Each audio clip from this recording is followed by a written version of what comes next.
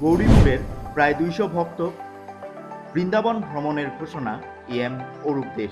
সকল আৰ্থিকভাৱে দুৰ্বল এই ব্যক্তিসকলক অহা দিনত কাৰ্তিক মাহত 200জন ব্যক্তিক মই বৃন্দাবন পঠোৱাৰ ব্যৱস্থা কৰিম। গোপালে কৃপা কৰক যাতে সেই ব্যক্তিসকলক ভালকে বৃন্দাবন, গোবৰ্ধন, গিৰি গোবৰ্ধন, মথুৰা এইবিলাক ঘূৰাব পাৰোঁ। 50 হিন্দু যুৱককো ৰাম মন্দিৰ দৰ্শনেৰ ঘোষণা এম অৰূপদেৰ। চলি আছে গোটেই দেশত জয় শ্ৰীৰাম।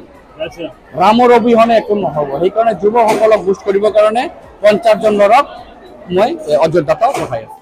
মহালয়া উপলক্ষে ধুবুৰীৰ গৌৰীপুৰত উপস্থিত হয় বিটিআরের এম অরূপদের। এইবার গৌরীপুরের সুভাষপল্লী সার্বজনীন দুর্গাপূজার সমিতির 75 বছর সম্পূর্ণ হয়ে যায়। এই উপলক্ষে সুভাষপল্লীর পূজা মণ্ডপস্থলীত 7টার থাকি নবদুর্গার মহিষাসুর মর্দিনী প্রদর্শন, 10টার থাকি মহালয়ার শুভযাত্রা আর শোভাযাত্রার অংশগ্রহণ করে অরূপ কুমার দে। বিটিআরের জনপ্রিয় নেতা অরূপ দে নিজ অঞ্চলের বাইরেও বিভিন্ন অঞ্চলত সামাজিক কামের ধারা বজায় রাখছে। সুভাষপল্লীর পূজা সমিতি খান 75 বছর সম্পূর্ণ হওয়ার জন্য অরূপ কুমার দে ব্যক্তিগতভাবে 50,000 টাকার আর্থিক বরঙণির ঘোষণা করে। আরও আইসা কাতি মাসত গৌরীপুর নগরের প্রায় 200 ভক্ত পুণ্যধাম বৃন্দাবন যাত্রা আর 50 হিন্দু যুবকক রাম মন্দির দর্শনের প্রতিশ্রুতি প্রদান করে। অরূপ দে কয়, আমরা হিন্দু আর এই হিন্দুর অস্তিত্ব বজায় রাখা লাগিবে, বিশেষ করিয়া এই ধুবুরীত হিন্দুর অস্তিত্বটা বজায় রাখা লাগিবে।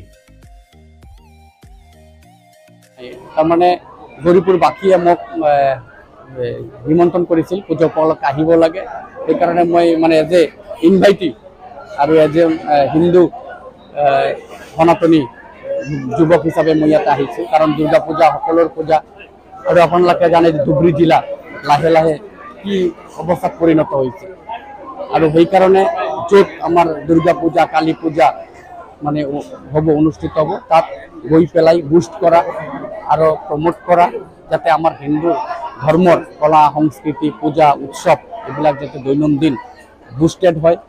অহা দিনত আৰু যাতে ইণ্টাৰনেশ্যনেল লেভেললৈকে বা নেশ্যনেল লেভেললৈকে আৰু জাগ্ৰত, সেইকাৰণে মই আহিছোঁ আৰু তেখেতসকলক আজি বুষ্ট আপ কৰিলোঁ যে এই পূজা আজি যিমান সময় হওক, অহা 100, 200, 500, 1000 বছৰলৈকে চলি থাকিব লাগিব।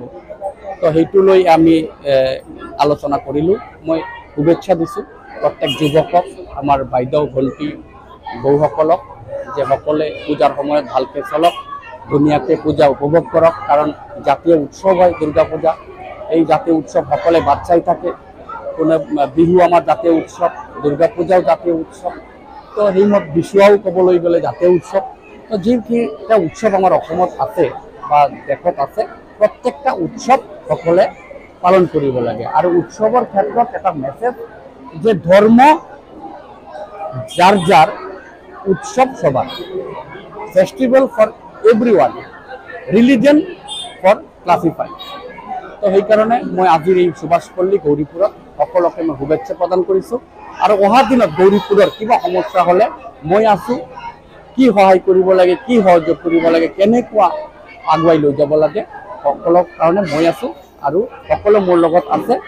আৰু অহা দিনত দুৰ্গা পূজা ভালকৈ হৈ আছে, ভাতদিনা ভাগৱত গীতা পাঠো ভালকৈ হ'ব। অষ্টপ্ৰহৰ কমিটিয়ে 24 প্ৰহৰ, 48 প্ৰহৰ, 72 ঘণ্টা প্ৰহৰ অষ্টপ্ৰহৰ পাতিব আৰু আমাৰ হিন্দু সনাতনী ধৰ্ম জাগ্ৰত কৰিব।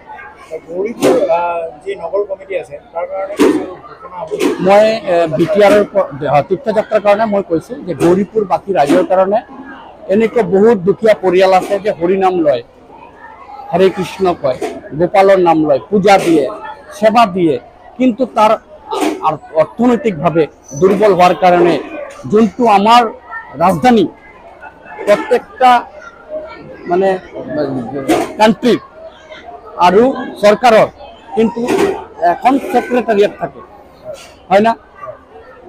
তো আমাৰ হিন্দু ধৰ্মৰ, হিন্দু সনাতনী ভক্তসকলৰ ছেক্ৰেটাৰিয়েট কোনটো? এই ছেক্ৰেটাৰিয়েট হ'ল বৃন্দাবন হিন্দু সনাতনী হিচাপে। সেইকাৰণে এই ছেক্ৰেটাৰিয়েটটো চাব লাগে।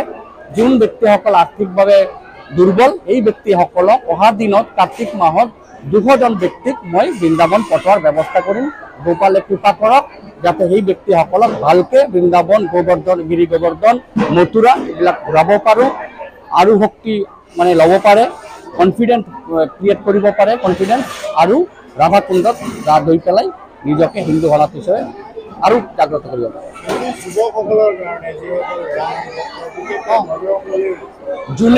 যোনে ৰাম ই কৃষ্ণ, তেখেতসকলে এটা এটা সময়ত অৱতাৰ হিচাপে আৱিৰ্ভাৱ হৈছিলে। তো সেইকাৰণে যুৱকসকলে কৈছোঁ যে বৃন্দাবনৰ যে কৃষ্ণ, এই অযোধ্যাৰ সেই ৰাম ছেম। তো সেইকাৰণে যুৱকসকলৰ এতিয়া আমাৰ এটাই ট্ৰেণ্ড চলি আছে গোটেই দেশত, জয় শ্ৰীৰাম। ৰামৰ অবিহনে একো নহ'ব। সেইকাৰণে যুৱকসকলক বুজ কৰিবৰ কাৰণে 50 জন ল'ৰক মই অযোধ্যাতো পঠাই আছোঁ। ঠিক আছে, আৰু আপোনাকো সাংবাদিক হিচাপে অহা দিনত দুৰ্গা পূজাৰ শুভেচ্ছা দিম।